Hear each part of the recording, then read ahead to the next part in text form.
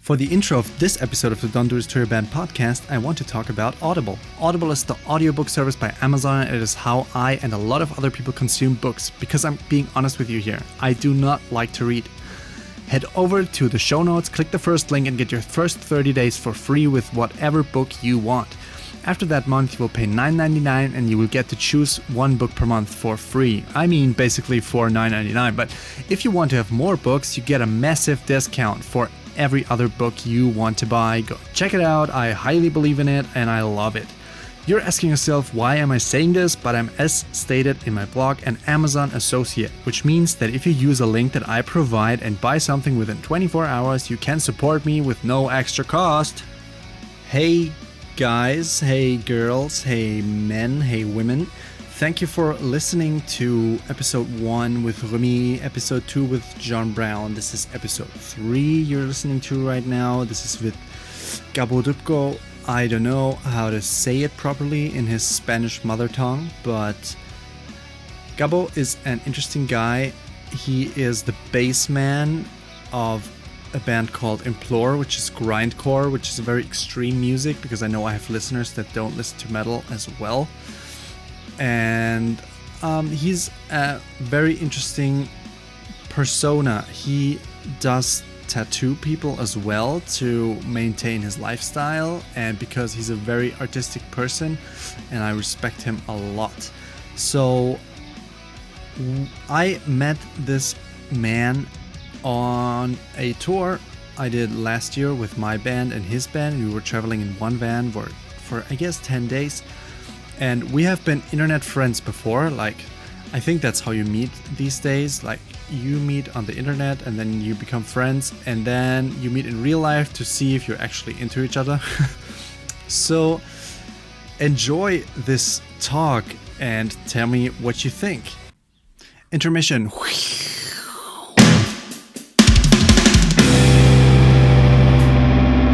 And let's have a quick sound check. What did you have for breakfast, and what shirt are you wearing right now? All right. I'm having coffee with soy milk, and I'm shirtless because it's summer in Barcelona. Oh, you're in Barcelona. Unlike Germany. So yeah, I just woke up and here I am wearing my shorts and no shirt. Sick. Are you with your family, or what are you doing down there? Just my girlfriend is here sitting by my side. She's the one that knows how to use the technologies. So fortunately, she helped me out. Thanks, girlfriend. Yeah. You're welcome. So, thanks for doing this. Thanks for giving me your time. What are you up to right now? Yesterday, tomorrow? Like, what's your main? I'm pretty much catching up with all the people I had to visit, because I come here every now and then, like usually every half year. My family lives in Barcelona. I live in Berlin, for those who never heard of me. So yeah, like pretty much doing my brother, son, boyfriend duty of spending time with my people. Okay. That I don't do that very often, so I'm just doing it all at once in a week. Yeah, I'm doing the same with my family. Going there for a week so you can actually spend time with people. Yeah, because the weekend trips never really work, and you're all stressed out, and everything sucks, and people just suck if you're in a hurry. Indeed, yeah. How many times are you making it down there? A year? It's like twice a year, pretty much. I mean, every time we play with Implore, I have a little, just a little time, like whether it's like one show or on tour or whatever. I try to spend as much as possible with them, but still, like, it's not like I can go and see all my friends. Yeah, you have to prioritize in those short moments. So yeah, we've been playing here in January. Okay. But also, like, my drummer was here, my sound guy. So my girlfriend came too. So we were like a lot of people at home, and my mom wasn't here. She was in Argentina. So I haven't seen like my mom for almost a year. Fuck, man. So yeah, because when the one time I've been here, she was gone. So yeah. that's pretty much how we roll. As long as you can make it at some point, that's okay. So man, I've been sorry for many years, so everybody's used to it. Okay, yeah, same with me. He's the guy. Yeah. He's the guy that's just gone. Sometimes you see him, sometimes not. Living the phantom life. Yeah, totally. So let's dive into this thing. Let's go. Let's go, man. You're one of the most extreme hustlers I know in this crazy industry, like booking, always on the hunt. And when Roman, the singer of one of my bands, he's been driving you like on a tour 300 years ago. Mm-hmm. He told me about your hustle, your passion, like being the fucking engine behind Implore, and about like I was really impressed. And then I don't remember when we met the first time, but I think you got a very interesting story. You lived in Hamburg, L.A., Cologne. Am I right? Did you live in Cologne? No. Wuppertal. I mean, I didn't get to live in Wuppertal. I just played in a band in 2009. So I was like spending weeks there, and then flying to Barcelona, and then flying back there and flying back and back and forth all the time. But yeah, like what was the Norheim area pretty much, yeah. Okay, so you always had to go from Düsseldorf or Cologne, like yeah. Okay, you were not out of Cologne, Düsseldorf. Okay, so and then you're tattooing people, playing bass, and all of this stuff. So what I would love to create a talk, recreate a talk that we had on the road last year together, because we have been on a tour. And let's start with you being an Argentinian kid in Buenos Aires, playing soccer and screaming Spanish words. This is that's a stereotype, but I love the imagination. It's like, how did that start? And you're born in Argentina, actually, right? Yes, I was born in Argentina 29 years ago. Yeah. I could have been the next Messi, but I got grindcore on my way and everything failed. So yeah, here I am. And then you worked then you lived in Barcelona for quite some time. Like, what was the time? When I was 13, my family decided to move to Barcelona, and pretty much they got me in the plane, and that's it. That's how it all began. It just happened.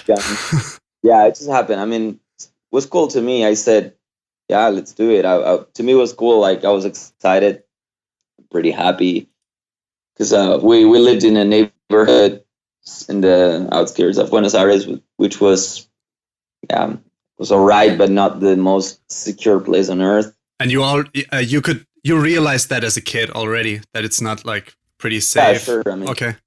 Yeah. I'm not gonna say that I lived in the ghetto, because it's not true, but once you heard shotguns and security is not the best. Okay. It's kind of like wants you to put it somehow. Any other option which is better is always a good option. It's always a good option. And you already spoke the language. So totally. Is it a dialect? Is it a lot different from the Catalan Spanish to the Argentina English? It's quite different. Yeah, I mean, when we moved here, I had to go to school, and then in school I learned Catalan, which is not that different. It's like very similar to, if you speak Italian, Portuguese, Spanish, is like Latin languages. They're all like linked, and it's not that hard to learn it. To me, it's way harder to learn German or I don't know, Dutch, I guess. But so I grew up here. I grew up here in Barcelona. I've been here in Europe for 15 years, so more than half of my life in Barcelona, but in Europe. Because then I got my passport when I turned 21. I got my Spanish passport, and I got the fuck out. I took away. And Then I started to travel around, like living between, spending time between LA and Germany. And on one of my trips, I got back to Europe from LA, spending half a year in LA. That I was tattooing in like in Venice Beach and other shop near.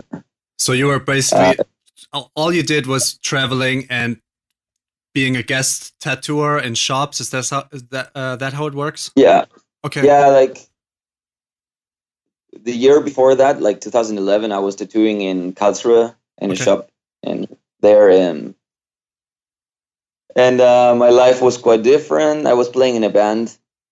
I put a lot of hope on that band, and I learned a big lesson that year that if you want things to happen, you have to do them yourself. Yeah. And the band I was playing with, my bandmates were not really. They were really good musicians. The band was good. I was believing in what I was doing, but just like I didn't. Let's say that I trust the wrong people, and then that was like a big delusion that it was a lesson learned. Because then when I went to LA for half a year, then I came back and fortunately moved to Hamburg. Pretty much, I stopped looking for people to play with or to engage in any kind of like band commitment. Yeah, I just let it happen. Like whatever the future brings, it's fine. I never lost my hope of like, I don't know, dedicating my time to a band. But then fortunately, I met Daniel, which was the Implore first guitar player. the guy with the beard. Yeah, the bearded guy. Yeah. Then everything started from then on, and we were fortunate. Like we were lucky that we both had the time. We both had the means. We had a practice room very quickly. So pretty much September 2013, we started this adventure. Then we couldn't work anymore in November, December 2015. Okay. Because the band got very busy and he couldn't really catch up with all the stuff we were doing, and we split ways. We're still good friends. Yeah. We're still good. We still like each other, but we just couldn't manage it anymore as bandmates. So yeah, then I got Petro in my band. I mean, for a tour, we were 4-piece actually. Really? I didn't know that. Yeah, we toured the UK, and that was the last tour with Daniel, Michi, and myself, which was like the population German lineup. And then Petra was in the band already because he did a fill-in tour in the US that year in 2015. And we played the last show in London, which was, I believe, the best show we played that in 2015. It was really, really good. Was it a headline show or what was it? Yeah, it was a headline show as a 4-piece playing with a London-based band called Razor Eater. They are fucking outstanding, and they played it right before us, and it was like, dude, we really have to deliver a good show, and I believe we did. And the people, London is a city that has a lot to offer. There's a huge scene and quite separated as well. So for the underground, drawing an audience is like kind of a hit or miss. And I don't really remember what day of the week it was, but it could have been a Sunday actually. And we played at Unicorn in London. Mm-hmm. There were a lot of people. The show was good. We had fun. Is that in Camden as well? Yeah. Okay. Yeah, indeed. Like everything. And then we flew. Yeah, totally. And then we flew to Russia, Petra and I, and like the guys drove back to Germany. And Petra and I, we started another tour with another fill-in drummer because Michael also couldn't tour anymore. Yeah. Because he has a really good job as a mechanic. He was the guy with the fast Audi car. Am I right? Yeah. Like the Kiel. Yeah. The guy we've been on tour with. Okay. Yeah, that was like the tour we did with fucking Die and Pighead was kind of a farewell tour because we were still good friends. We still love each other, and that was like, okay, he knew that he couldn't really keep going with us, so we said, let's play this last tour together as a way to close the cycle. Yeah, I mean, if you want to depopulate the world, you gotta be in it, man. 100%. So yeah, it's kind of like that. You have to. It's not like you have to get rid of the people that can't keep going, but it's not the word get rid, but if they cannot go where you want to go, then it's better to split ways. That's why I had 7 drummers. Yeah, I mean, you didn't really kick, like, what I get from this, you're going in a direction, and those people were only able to go a certain part of that, and at one point, I mean, if you're in a band, like, you have to change your life, you have to be comfortable with not having money, with sometimes eating differently, sleeping differently, doing everything differently, and people don't really know that, like. It's a whole. It's a mindset to a certain point, but from that on, it becomes a lifestyle, and you got to be into that. Totally. If you want to achieve something, I think it's on every field or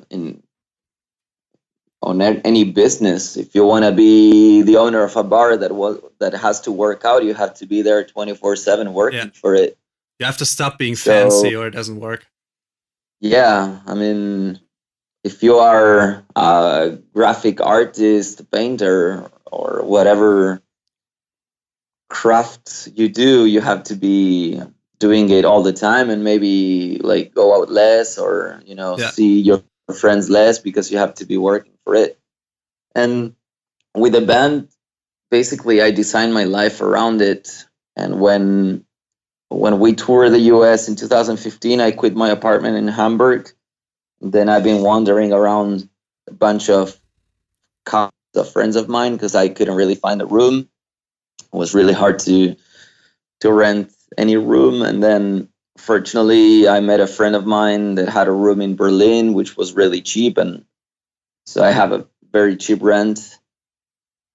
So I don't have a fancy life at all. I live day by day. I'm lucky that I can tattoo, and with that I still can make some weekly money to pay my food, or I don't know, but it's basically my life is designed around the band, and it will still be going like this.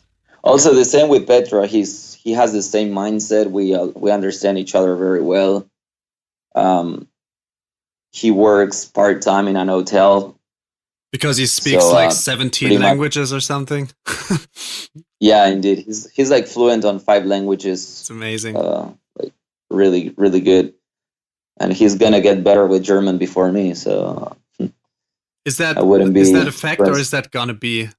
You think he will be? I believe it. Yeah, I believe it's going to be like that. Sick. Gonna talk to him in German from now on. So he's definitely.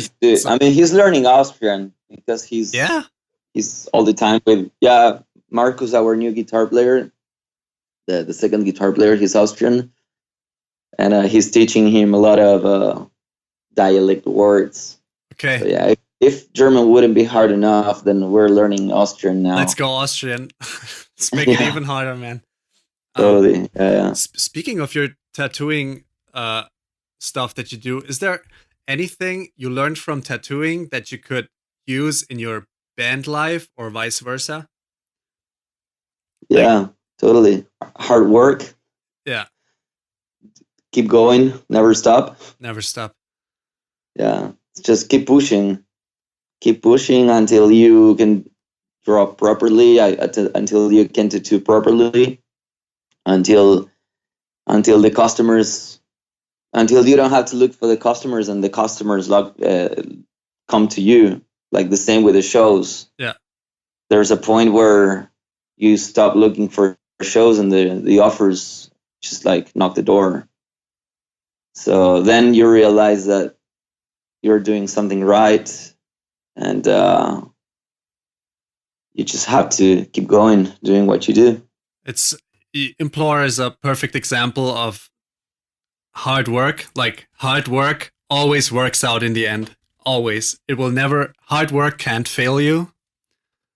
Like, I mean, if you're not good at woodworking and you keep working hard, it's a hobby. But if you know you're good at something and you're gonna work hard, it's gonna work out in the end, no matter what.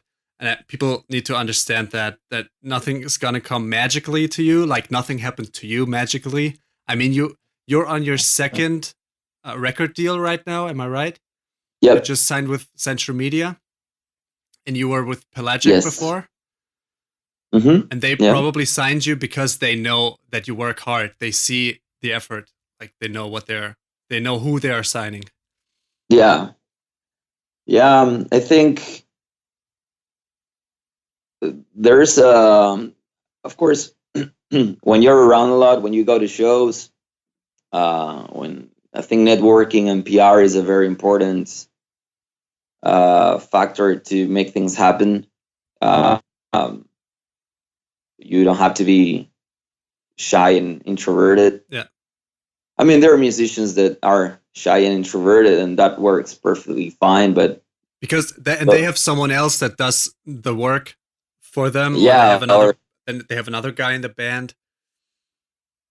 Yeah, or probably they are just like these kind of like geniuses that their music stands itself. Yeah. So, and people just I don't think we're yeah. I don't think we're genius. We are just like normal punk guys that want to play, and that's the way, like we never thought we were gonna sign to any major label or anything. We just did what we wanted to do and play and have fun with what we do, and be honest about it. And then the more you do it, the better life it is, and people see what you do.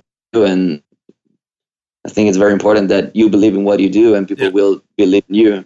Yeah, and if you don't, people, even if they are like, even the weird people that leave like hate comments and everything, even they realize when you're not meaning it. Like, they know, and that's what's happening. They just know if you're not meaning it, even if they are assholes. And that's really magic. It's a magical thing. Like, you don't. Yeah, I mean, there's a lot of people that want to play because they like to be in the picture or in the magazine or stuff like that. Or they like the idea, but they don't like the work. I mean, it's a very sacrificed, shitty job that we do. It's very absolutely. It's bad. It's bad. It's really badly paid. I think it's either meant to be for you, or you just get lost along the way, because like a lot of people stay in the spotlight for a couple of years and then they disappear because it's just like, no, it's too much work, it's too much effort. Now I move in with my girlfriend and I have a 9-to-5 job and I'm cool. Okay, be that it. Yeah. But yeah, for us, like, to me, I could never live that way. I could never. I could not. If I'm not playing, I just get pissed. If I'm not touring, I basically hate myself. So I need to be. You don't know what to do. You don't know how to spend your days, or what do you think where the being pissed part comes from when you're not on tour? When I'm on tour, I feel free. I feel I'm who I want to be. Okay. So that's a mix of like self-esteem and yeah, I think it comes from the self-esteem and doing what I always wanted to be doing. And when I am not, it's just like I'm waiting. I'm on hold to get back on the road, and that's it. But yeah, coming back to the Pelagic Century Media thing, Robin knew him. Robin, the owner of Pelagic Records, knew me, and we recorded the first EP with Jan Oberg from Earthship. That's a good friend of Robin, and his Earthship is also in Pelagic Records. Yeah. They are now on Napalm, but they were in Pelagic. Really? before. I didn't know that. Yeah. Congrats if you're listening to this. Congrats. Yeah. And when we released Black Nail, our first EP, like that was July, August, around September, October, we got an email. Like he wrote me on Facebook and asked me for my email, and he sent me an offer. What year are for we a in? record. 2015, 16? 2014. Okay. Yeah. So yeah, the first EP came out on July 4th of 2014. We did this European tour with ACXDC, the first one. Yeah. And after that tour, I think we started like sort of talking about a record deal with Pelagic. And then we signed the deal around October, November. So but then in March, we were recording the album, and 1 year later, we were releasing our first LP on a pretty good label, getting reviews in magazines, and like being sort of part of the scene in a more serious, visible way. You realize that you're coming out of the mud, like from all the moving and the mud and the grind and everything. You're finally something seems to arrive in the music world. Yeah. A moment. Yeah, things always have been moving forward, and that's what counts in the end. I mean, we started from the squats. We still playing squats. The last show we played was the squat in Rostock, this Alte Zucke Fabrik. Okay. But yeah, we saw the progression very quickly. That we went from the second show, we got the offer from Power It Up, which is a very known grindcore label. That they came to me and they said, "Hey, who's putting you out?" And I said, "Well, nobody yet." And Tom, the owner, said, "Okay, I'll do it." So like we played the last show and we got somebody to release the EP, which was already recorded. Okay. That was pretty cool too.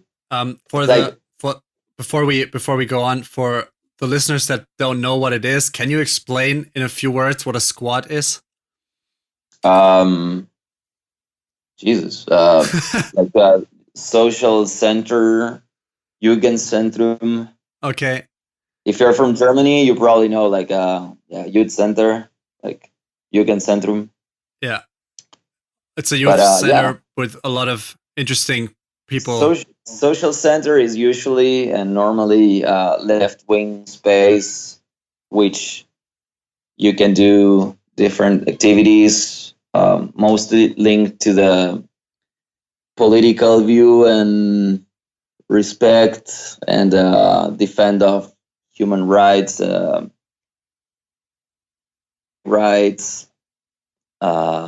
Usually it's also like animal liberation supporting and all kind of stuff for a better world. You're actually vegetarian? I don't get it. Okay. I've been vegan for 11 years now. And you don't drink, right? Like you're absolutely clear in your mind 100% of your life. Yeah, I'm vegan straight edge for like 11, 12 years now. So you tried. Let's elaborate a little on that. Actually, I've never been drunk, so it's not like. That's what I wanted to ask. You cannot be something if you never try it, or stuff like that. Like, I don't really like beer. I tried it before. Like, it's not my thing. And I don't know. It's just like I never found my thing to be drunk or to party with, drinking or doing drugs. It's just I'm not very curious overall. Yeah. And I usually stick to doing. So yeah, I never really, I've never been really curious about trying stuff. It's just like I stick to my childhood habits. Okay. Drinking a soda. You guys are huge. Like when we were on tour, I remember you guys are huge consumers of soda and chips for breakfast, which I thought was really cool. Probably, yeah. I mean, Petro loves the Spezi because of Roman. It's an amazing drink. Yeah, I never really got into it. I'm more like a Club Mate type of guy. Okay. So I don't know. You like the caffeine? Yeah, I guess so. I still have to book a lot of shows, so I have to stay awake. Okay. Yeah. But yeah, I don't remember. Yeah, I guess on that tour we had a pretty weird diet as usual. So I'm pretty sure we were having chips for breakfast. Yeah. It was cool. Yeah. So with Implore, when you started Implore, did you have the name? Like, how long did it take to get the concept, the name, and that you realizing that you want to make music about how pissed you are about the world? Like, when I see you live or hear your music, I can hear the being pissed. Like, it's so honest. Like the depopulation, it's very honest. And I have to say, I never do research before I do this podcast, because I want it to be out of the moment. I have questions, but I don't do research because I don't want to do it. So I don't know the lyrics. I just know that you're pissed as fuck. So how long did it take to get like the concept together of what Implore is? Did you always know what Implore is going to be, or did it define itself on the path? And is it still changing, or is it where it's should be? You know what I mean? Yeah. No, I mean, when I met Daniel, we exchanged MP3s of our demos and stuff, and there were two things that clicked very well. That I had this project that I recorded in 2012 called Implore, and was some sort of like grind power violence, shitty. Not really. It was not. The quality of that was not good in terms of like recording or songwriting. It was, songs were good, but they could have been better or improved. And Daniel sent me three songs, demos he had, which are songs from Black Nell, our first EP.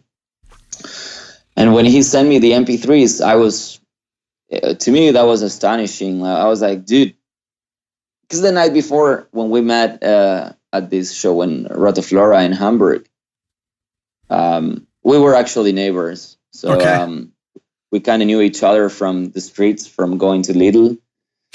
And so, yeah, he said like, yeah, I play guitar a little bit, but he didn't say it in a very convincing way. It was more like, yeah, I just riff around, whatever. And when he sent me the songs, I was like, dude, this is awesome. We have to do something with this. And, you know, like the guy he met the night before was like, dude, we have to make a band and tour the world and blah, and blah, and blah. And he was like, yeah, okay, whatever. Whoever you are and whatever you're saying, yeah. So, and I proposed him that, yeah, why don't we take this name Implore? Because it sounds good. It's short. Nobody is called Implore. No one. So we could be the first one. And his songs and my songs from the very, very, very first EP somehow were matching the style. So we kind of went that way. He knew more about sound and programming drums and recording at home. So he demoed more stuff, and I wrote the lyrics. We moved into the practice room. We had Christian bass, drummer of Heaven Shall Burn. The ex drummer of my band as well, so we have something in common here. Yeah, we're all family. And I sent him the demos, and he was like, "Yeah, sure, let's meet for practice." And we had practice for the first time as a like full piece with him. Then he couldn't keep going because of he had to keep up with Heaven Shall Burn, and of course we wanted to do more. So he's a teacher as well. He's a teacher. He's very busy. Yeah, he's a very, very good friend of mine. And of course, I understood that due to his agenda and my agenda, schedules were very tight, so couldn't really work out. But yeah, I mean, it was fun. So he recorded the first record. No, the first EP I had to hire Kevin Talley from. He was in Suffocation till not so long ago. I don't know what he's doing now. Okay. But he has been the drummer of a shitload of bands like Chimera, Cattle Decapitation, Black Dahlia Murder, Suffocation, Implore, Misery Index. Misery Index. Yeah, he just recorded that EP. Yeah. Pretty cool dude as well. Yeah. And I got lost. Yeah, I think back to the roots. Later on, like when we had all the like we were writing the songs and Implore was still a project. We got the name, like the logo, from this guy Christopher Spadl. He also did logos for Emperor and Wolf in the Throne Room and many others. Uh-huh. So we were not even in the practice room. We had the Facebook open, the logo, and like actually 2 designs for shirts. So we were pretty quick on doing everything somehow. Yeah, I think I was very, very excited about being in a band again. So I did everything like, let's do everything now together. Let's do everything right now. So as you felt that there's something coming together, you probably, and I know that feeling, you have all the steps in mind, you know exactly what to do, you know exactly which steps to take, like everything lines up and everything's pretty clear. And so you just wanna get there, get to the point that you have in your head. Actually, I started playing bass by accident too, because we wanted to keep it simple and less people involved. Less money spent, less hassle. Yeah, you can fit a 3-piece band in a taxi, so yeah, that was very easy. And when I saw that we were going somewhere, and I was believing in what we were. I was believing in what we were doing back then, and I still believing in what we do now. But of course, now I got a bit more used to everything. But when we started, the excitement was not way higher, but way newer. So I just believed that we could do something, and we did, even though later on we parted ways with some members, but it's just part of the trip. But because this is a trip in the end. You're the guy with the big picture in mind from day one. So you just wanna do it. Like, and if there's someone that doesn't want to do it, it doesn't work. Like, are you more relaxed right now, or are you still following a plan of action? Like, where do you want to be? Like, what do you see happening? What do you wish would happen? Or where are you going right now? What's the goal? Let's say in the next 5 years, 2 years. I don't know. Next 5 years. Well, I don't know. That's too far. Let's say let's say 18 months. 1 year sounds more reasonable, and I think Well, for now, releasing the album, hoping for pretty good critics and reviews that will enable us to get on pretty good tours, supporting bigger acts. I hope we were gonna get to, I don't know, support at the gates or any other. Why not Heaven Shall Burn? You know, Why like not? another big century media band or any other big band. Like, I don't know, get on our first nightliner tour. Get exposure and get more potential followers. Yeah, like get a bit of a bigger fan base. But in the end, what we are hoping for, it's to close that door. What we're hoping for is to be on the road as much as possible. Like, hopefully 10, 11 months out of the year. We started to the process to apply for US visas. Oh, good luck. Yeah, it's so sick. Which state are you in? Like, what's the state of the visa? We are on this stage of do you have criminal records? No. Okay, then we're on the good tracks. Okay. That's it. I mean, we didn't start any process because we still need the endorsement of booking agency from the US. Okay. So I have to work that out with Century Media to get me in touch with somebody, and then from then on start working on it. So you don't have any. You don't have any dates. Nothing. No. Okay. No. But it's a very long and tedious road. It's so easy for American bands. I was talking to Full of Hell like 2 weeks ago that it's because we play our 6 or 7 show with them, and they did so much ever since because like American bands can come to Europe. They can just come. Like, no one wants to know anything. They will make a shitload of money. They will cover their flight. There's no big risk. Yeah, they just. But for us, it's like getting on the plane is like, I don't even know if I'm gonna cross the border or if they're gonna allow me, or any like officer will try to fuck with me. Why is your face tattooed? Are you crazy? Do you carry a bomb? Yeah. What's the deal with you? Do you ever have problems at airports? When we toured the US in 2015, we had it like, my officer was cool with me. He let me get in without any problem, but the officer of Petro was like trying to fuck with him.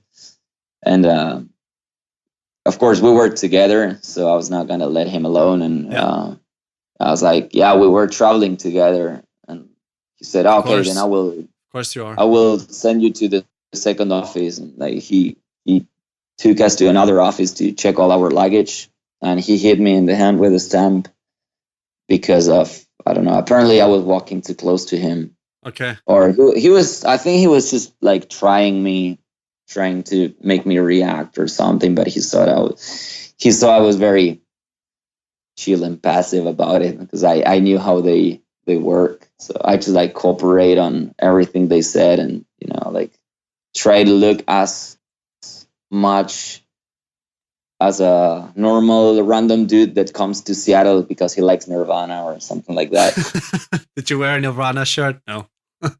No, but we were like that. Like, no, we're like big fans of Nirvana and Pearl Jam, and we just want to see the capital of grunge. Of grunge. Because you cannot deny that we like music, so like it's very obvious that you guys like music. Because I don't know, there's maybe a sign on us that says that we like music, probably the band shirts, or I don't know, the look. Yeah.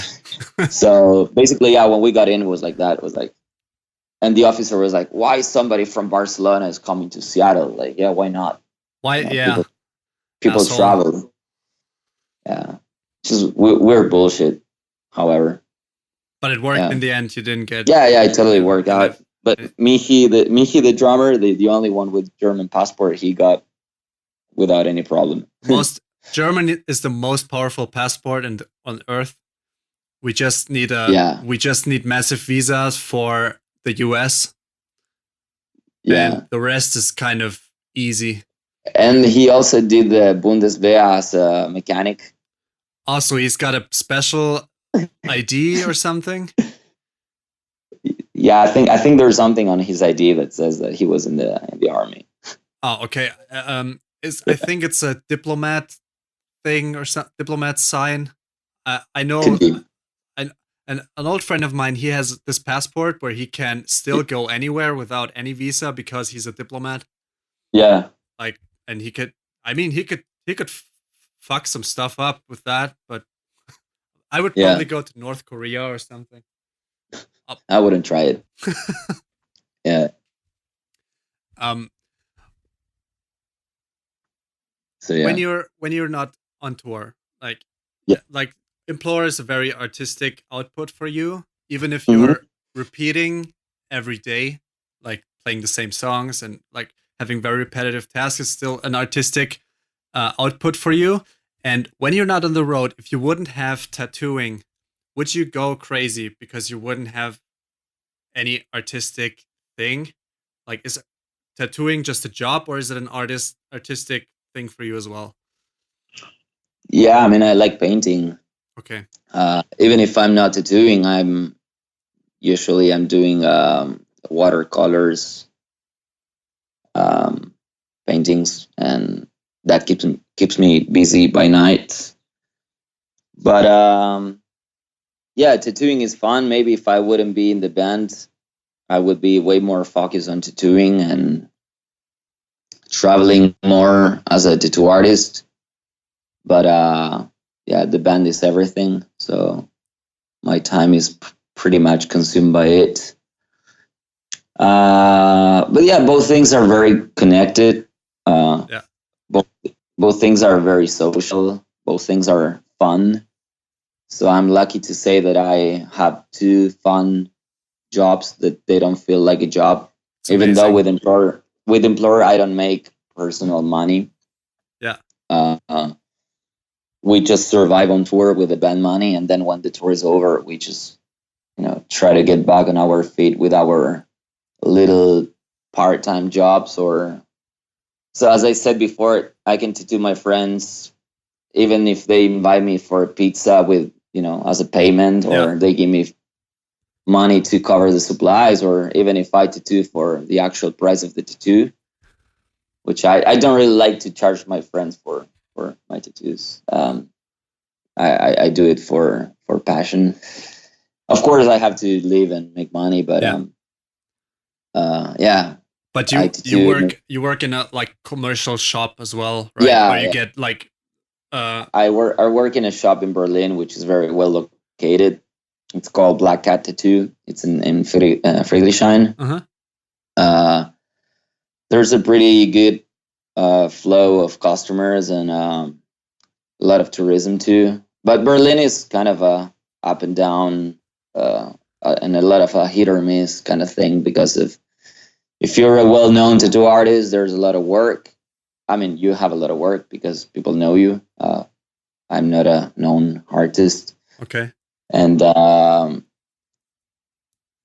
there's a lot of everything. There are a lot of tattoo shops and a lot of tattoo artists in private studios and tattooing at home, tattooing at shops. And perhaps there are not so many customers now. And since there are more artists, it's also harder to get a hold of more customers. But then the other side of the coin is that you can go to, I don't know, Norway or Sweden or Austria, Switzerland, to any shop, and it's pretty well paid, and there are less shops, there are more customers, and that makes it way more even. So with a few days working here and there, you can actually make a decent living. Like how does that process work? Like you hit a shop, like you hit people up. Hey, I'd like to tattoo in your shop. Yeah. What usually is like somebody recommends you, like, or some friend of you like already worked there, and is like, yeah, this friend of mine is looking for a guest spot here. Can you help him out? And I actually got your guest spot. Isn't that right? I just remembered. Yeah, you're right. Yeah, yeah, in yeah. This Line. in Yeah. Switzerland. In, no, that was in Mülheim. Oh, That I at was staying at Toby's the place. border of. Yeah, in Ah, Freiburg. yeah. Yeah, you're right. Huh. Okay, You, so you you did it I actually did some commissioning in the totally, tattoo dude. And scene. that shop was really good, and I had a lot of fun working there. I have to go back. Really, the people were super nice. It's just like I did it last year, and then for this whole year I didn't stop working on the band. So, but yeah, I will hit them up again because I want to go back. But I need I need Toby to stay in his place again. So Hit him up. So yeah, Toby is Toby, if you're listening to the this, I drummer would of my skip. bands. If anyone's wondering, Yeah, Toby, take Toby, him. if you're listening to this, I will go to your place very soon. Yeah. Yeah. So is the tattoo scene very similar to the like musicians or artist scene, or is it different Yeah, because people have it, a lot of people have a lot of money? it's quite similar, but I think the tattoo scene got way more spoiled, and the music scene got way more tough. So you really, to prevail and to stay on the road, you really have to love what you do, because it's very hard to tour.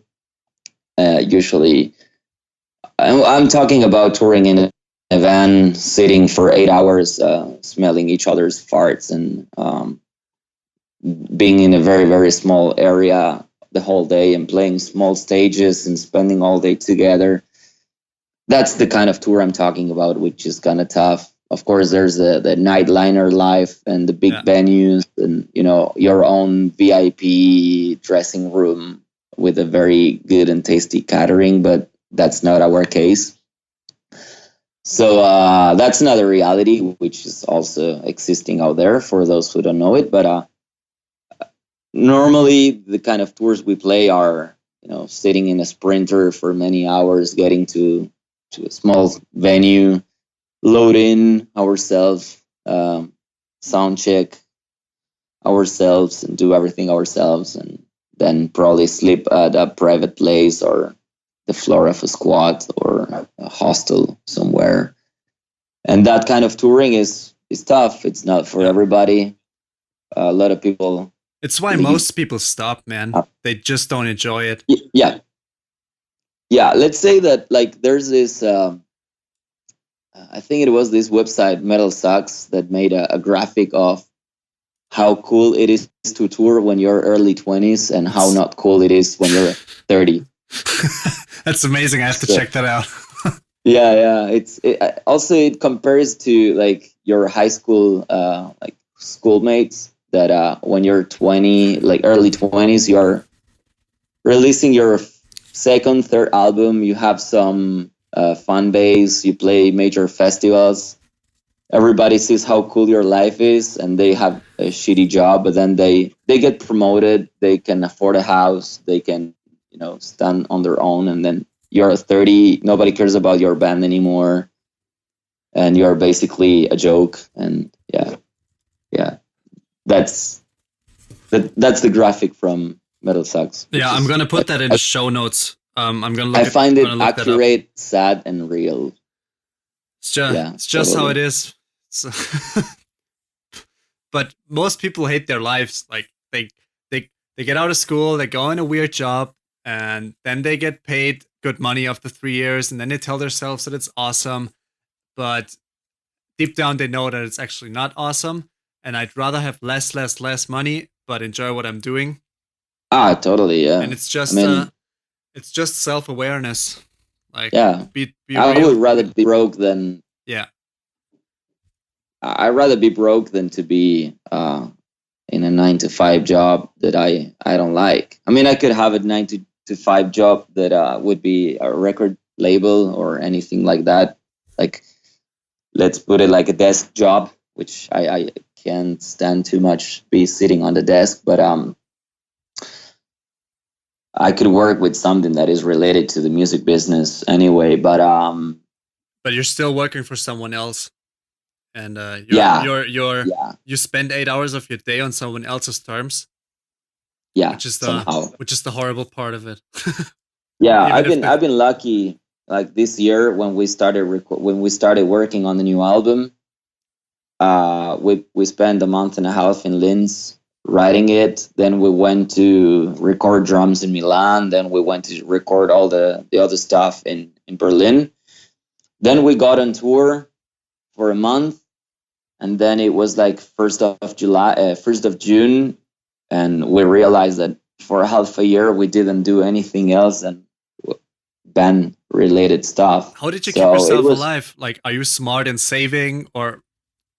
yeah. I mean, basically we had our savings from like the winter season. Pedro was working in the hotel, and then I was tattooing here and there. Okay. So we were kind of surviving with our personal savings, and then fortunately, Century Media cover all the expenses.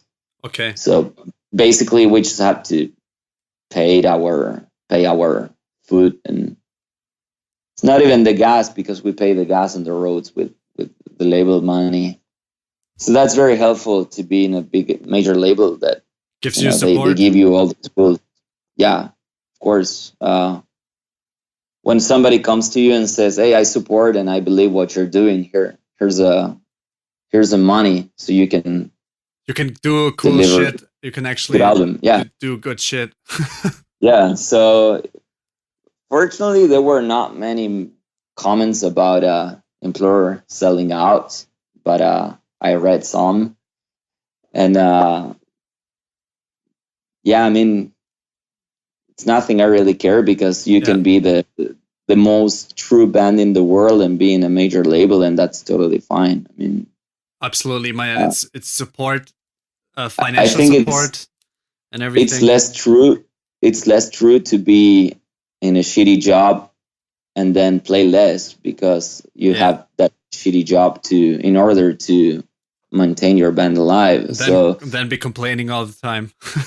Yeah, it's not like they came and they said, "Now you can be a full-time band," but they came and they said between the lines, "Now you can dedicate more time to your band," and that's my dream. That's what I want to do forever. That's what we do. Basically, that's why we got together, why this lineup exists. It's not like we're not the same members because we wanted to do this in a more active way. So I'm very happy that Century Media is behind us. They support us. They're really good friends. They're wonderful people, and I really I like them. I owe them a lot because of that. Awesome. Somehow. That's great to hear. Someone not talking shit about a label. No, someone actually absolutely. being into it, like supporting the thing that it is, because they're straight up investing. Like, they're not making, like, from this release, they're probably not making a lot of money from you. Like, that's real dedication. If you put amounts of euros in a band, that's dedication, and I think they're doing it. Yeah, of course, we're not a very easy to sell kind of band, because we play something that is violent and sort of like for a minority. Yeah. But that's it. Of course, they don't have a big risk because they're a big company, so they have other bands that sell a lot of albums, like Lacuna Coil or Heaven Shall Burn, or even, I don't know, Sick of It All. I don't know if they're like big selling band, but yeah, like to mention bigger bands from the same label. But yeah, with us, they're not gonna make. I don't think they're gonna make the money back, at least with this album. So to me, that means a lot that they gave us all the tools and the financial support to deliver a good product overall, like a good album, with working with good producers and having a good artwork and good video clip and good pictures and everything. So that's It's amazing. That's what comes in the end. Really, really happy for you, and I thank you. Like, you deserve it. If someone deserves it, then it's you guys. Thank you very much. You're ready to fuck yourselves up for the cause, and that is sick. I mean, I have nothing else to do anyway. I love this.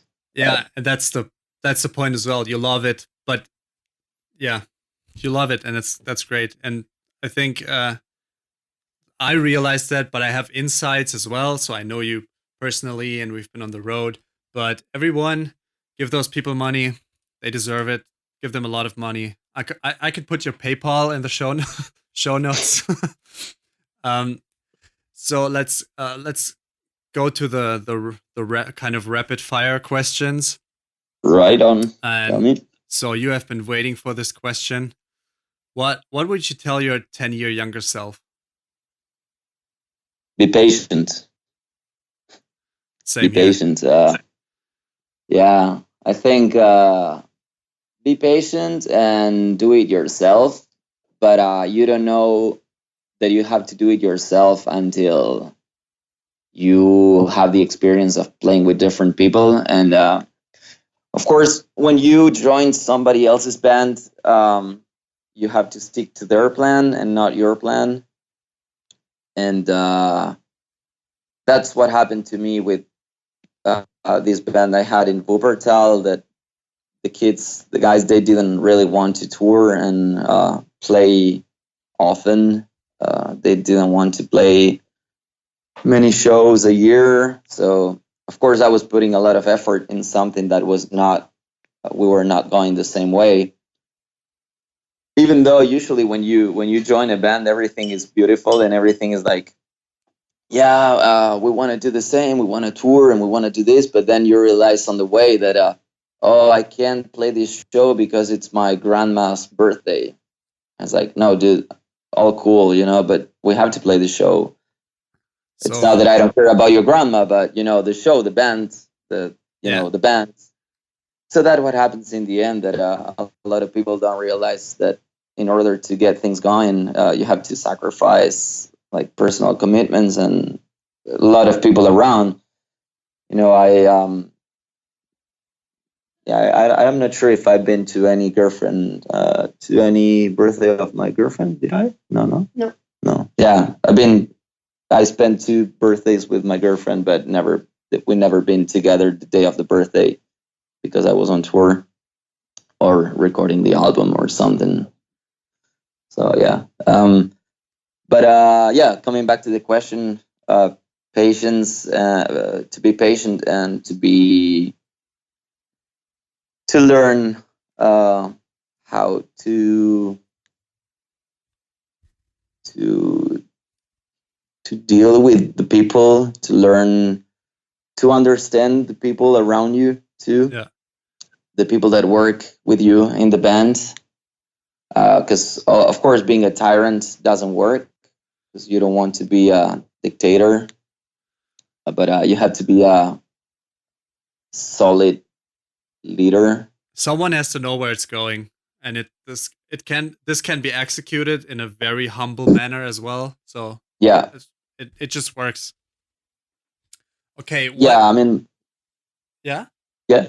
You can finish your thought. We're not in a hurry. That's the thing. Like, it's about a solid, humble leadership and make the people that play in the band, because usually, of course, I've been the only original member in this band, so sort of, I don't know. I'm not gonna say that I have the leverage to kick people out, but I've been pulling, so I've been always seeing when the people are not involved anymore as they should be. So like that's the moment to part ways, and there are ways and different ways to finish relationships, even though they're like a band relationship is also a relationship that becomes very close because we spend a lot of time together. So like talking about things, I think you see the things happen in the end. So usually when you have to cut ways, nobody's really surprised about it, you know. Yeah, so you probably have grown your people skills a lot over this Yeah, time, yeah. and your skills to communicate and say no to people, say yes to people, say uh, this is not Yeah, how it should sometimes. be. Yeah, usually, I mean, when we changed the lineup, they knew that, you know, because I'm always pushing and always talking about, oh, we should do this, we should do that, we should do the other stuff, and they are, you know, I can see in people's faces when I know that they are not involved into, you know, if I say now, yeah, next year we have to be 10 months on the road.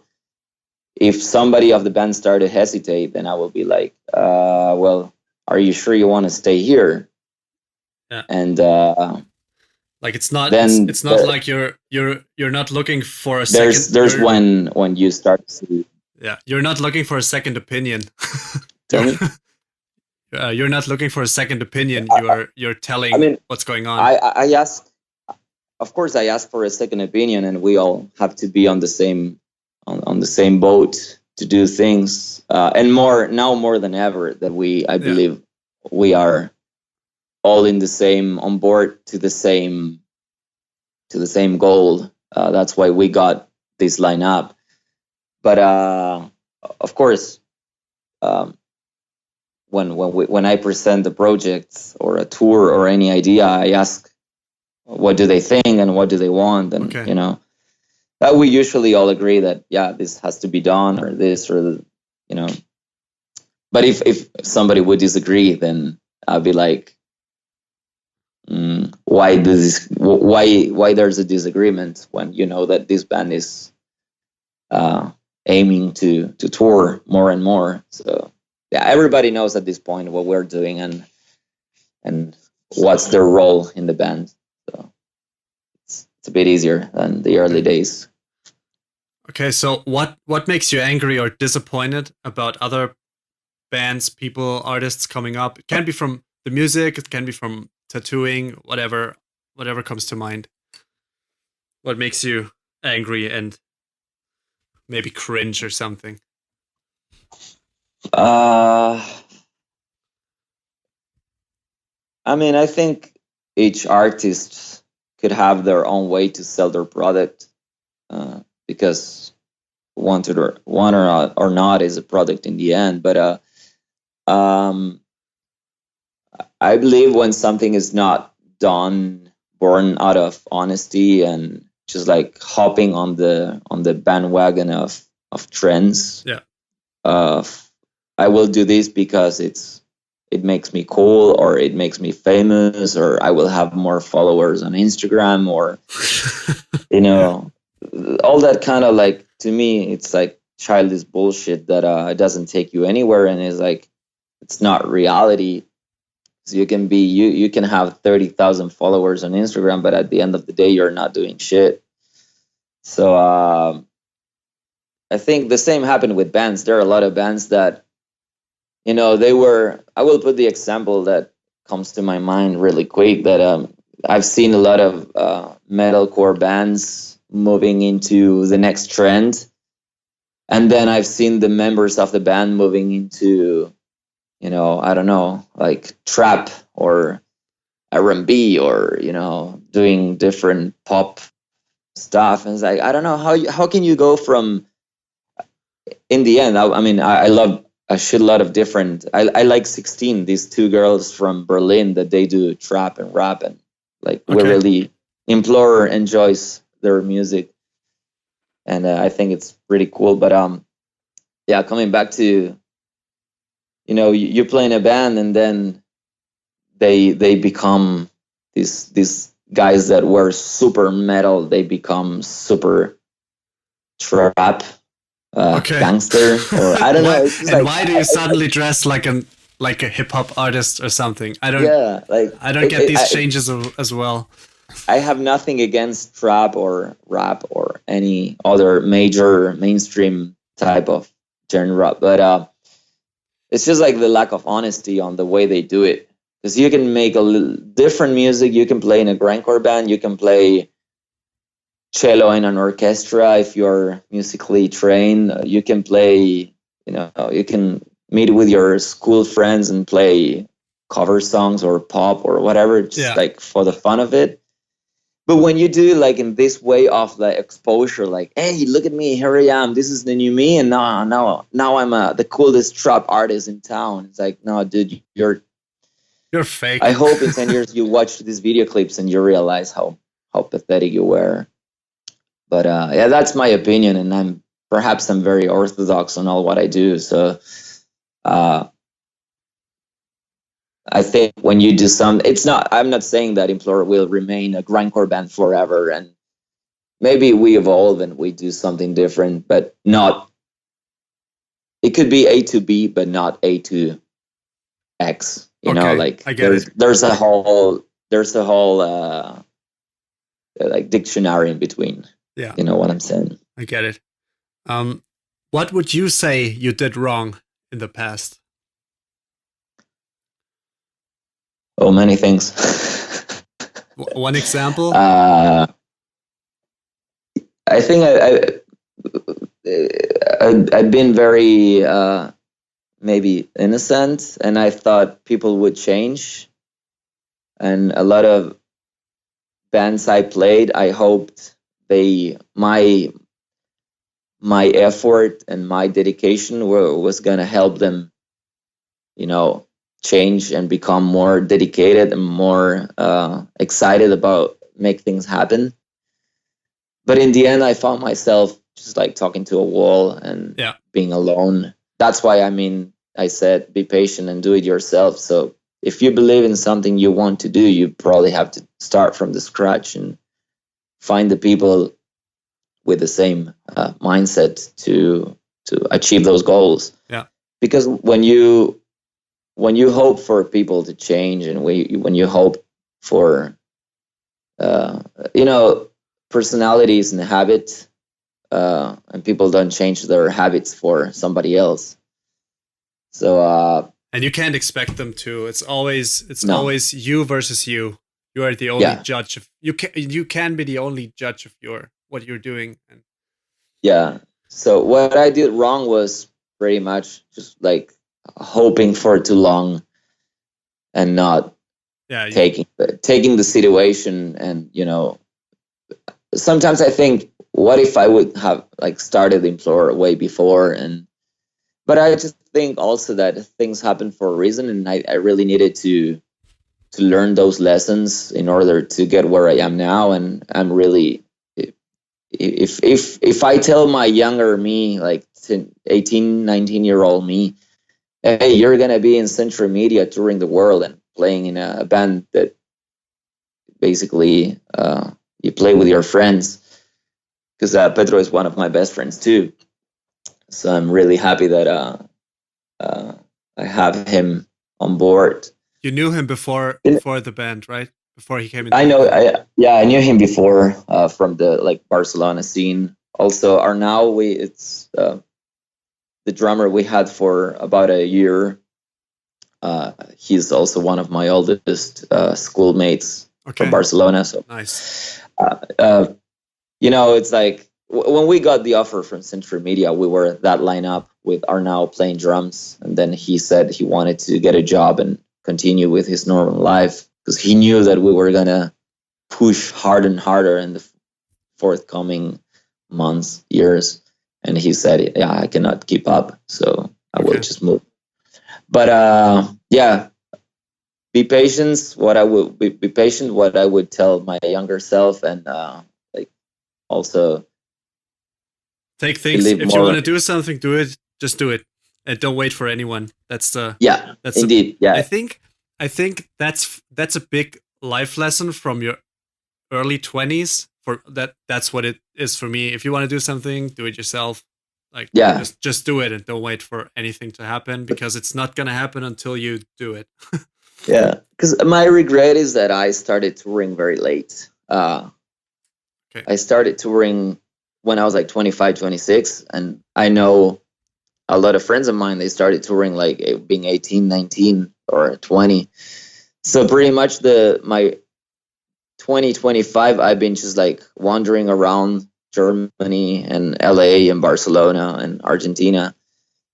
And I've been just being disappointed about bands and learning lessons. So I guess that's, again, things happen for a reason. And Yeah. I'm a bit more wise on some choices. Also, a bit more wise on learning how to deal with people. And, that if I would be a bit more unexperienced now, maybe we would be in this stage, but I would probably be a bit more loose on my decisions. I don't know. Are you a fast decider? Are you deciding out of your gut, or are you thinking a lot? It depends on what. Like, Okay.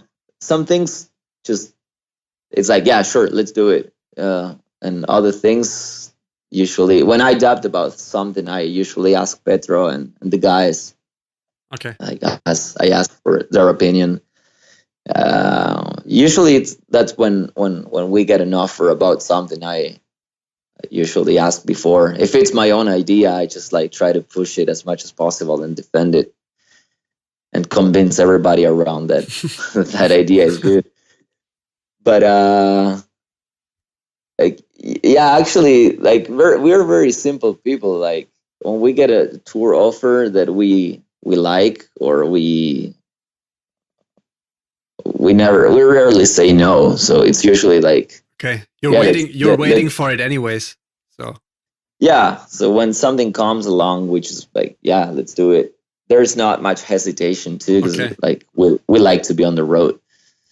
So yeah, yeah, pretty much we decide pretty quick. We don't take too long on like our choices. So I hope we're not gonna mess it up in the future with. I think you will be fine. Choices. You will be fine for another piece of time. You'll do just fine.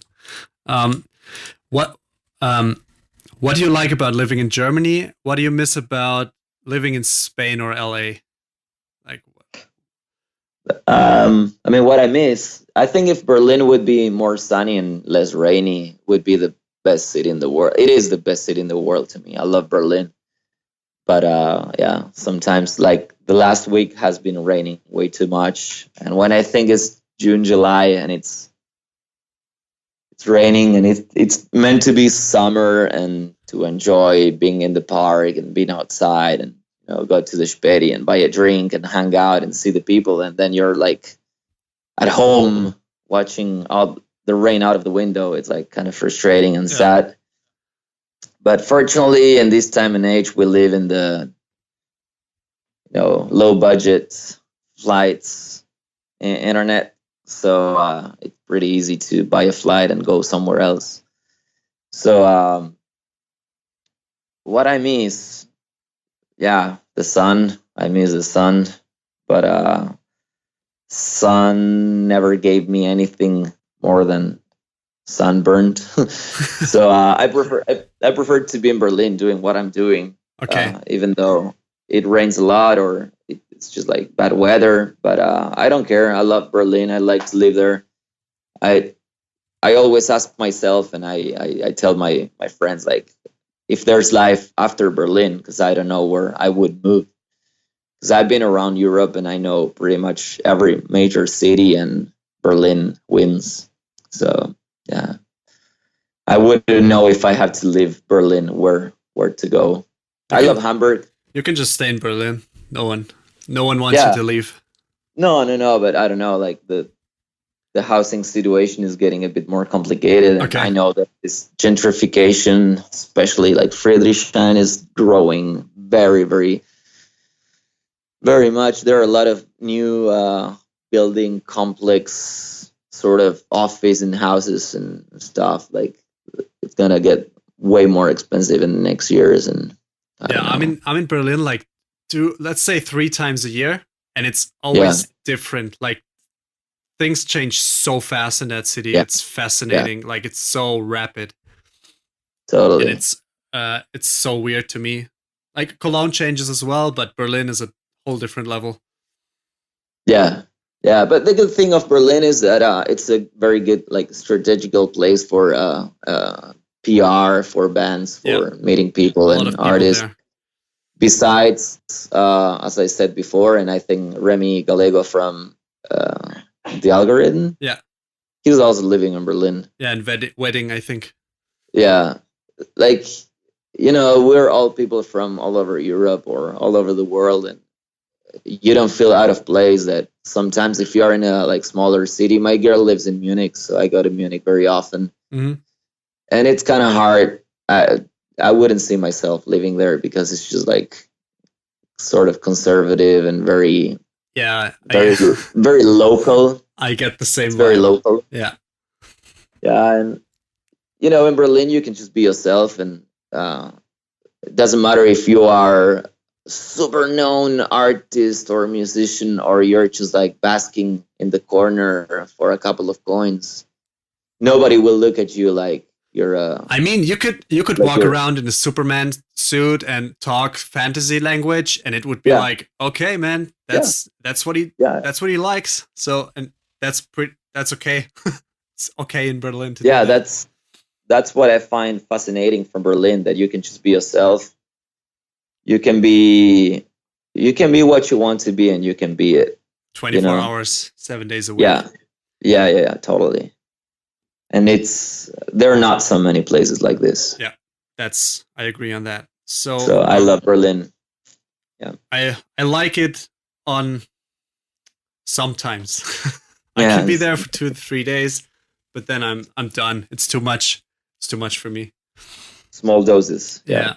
So well, dude, thanks a lot for taking the time being on here. Tell us where should people go? Facebook. Do you have a website? Where should people go? Yeah, thank you very much for inviting me to be part of this. Yeah, sure. It means a lot to me. Besides all like the friendship we have, even though we don't see each other that often as I would like to. That's what men do. They're friends even if they don't see each other. Yeah, totally. But yeah, thank you very much for supporting my band and my ideas. And people can follow us on Facebook, Implore Bands, Implore. I put all the links in the show notes, and people can go and give you money on all of those ways. If they like what they hear, they can support us buying merch or coming to a show, or just send us a message that they like what we do, and that will make our day. I mean, everybody's invited to join our live concerts. So if you're listening to this and you now know about Implore, just check us on YouTube and give us a like, and stay tuned. Do it! Hey, thank you very much for listening to Don't Do This to Your Band podcast, episode number 3. Tell me what you think, tell me what you thought, tell me what you felt.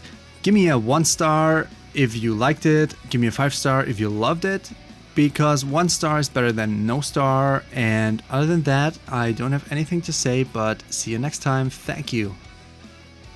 By the way, the intro and outro song of this podcast does not have a name. I wrote it for a secret project